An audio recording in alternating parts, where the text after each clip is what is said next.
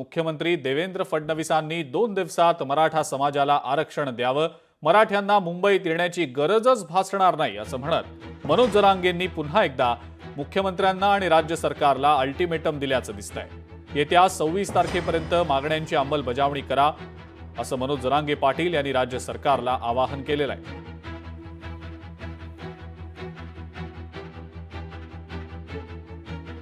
आणखीन आज आणि उद्याचा दिवस तुमच्या हातात आहे।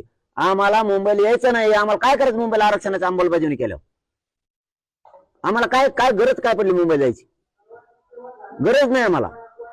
तुम्ही आमची मागण्या येतात त्या देऊन टाका। तुम्ही ही प्रेमाची विनंती लक्षात घ्या फडणवीस साहेब, पुन्हा पुन्हा आडमुठं समजू नका। तुम्ही वाकड्यात घुसता म्हणून मी बोलतो। तुम्ही जर समाजाशी सभ्य वागायला लागलात, समाजाने मागितलं जे सत्य ते जर द्यायला लागलात तर हे समाज डोक्यावर घेऊन म्हणतोय तुम्हाला ना शब्द आहे माझा। आमचं कायद्यात बसणार संविधानात बसणार तुम्ही आरक्षण द्या, आड्यात घुसू नका असून का देत नाहीत? तर याच्यात नाराजी तुमच्याविषयी मुद्दाम जास्त पसरायला लागली, कारण तुम्ही असून देत नाहीत। याचा अर्थ मराठे आडमुठे नाहीत तर देवेंद्र फडणवीस साहेब मुद्दाम आडमुठे भूमिका घ्यायला लागलीत।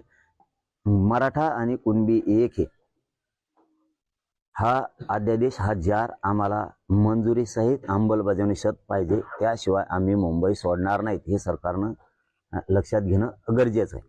त्यांचे सगळे सोयरे तुम्ही आरक्षणात घेतलेले, ते सगळे सोयरेच आहेत आमच्या भाषात। त्याला फक्त तुम्ही कायदेशीर नाव चेंज केलेत, ते पण सांगतो काय चेंज केले तुम्ही त्यांच्या सगळ्या सोयऱ्याला। पहिल्यांदा 180 जाती होत्या, आता 350-400 झाल्यात। हे सगळे सोयरे आत घेतले तुम्ही सोयीनुसार, फक्त त्यांचं नाव बदलिलं। त्यांना सगळ्या सोयऱ्याला नाव काय दिलं? पोट जात उपजात, सरकारी शब्द जोडला त्याच्याबरोबर। फक्त सगळे सोयरे शब्दाने वापरला त्यांनी त्यावेळेस। पोट जात उपजात म्हणले ज्याचे ओबीसी जात आरक्षणात घेतली ते मी कसं सांगणार आहे? ते कोण फसवलं काय केलं ते जरांगे साहेबच सांगू शकतात।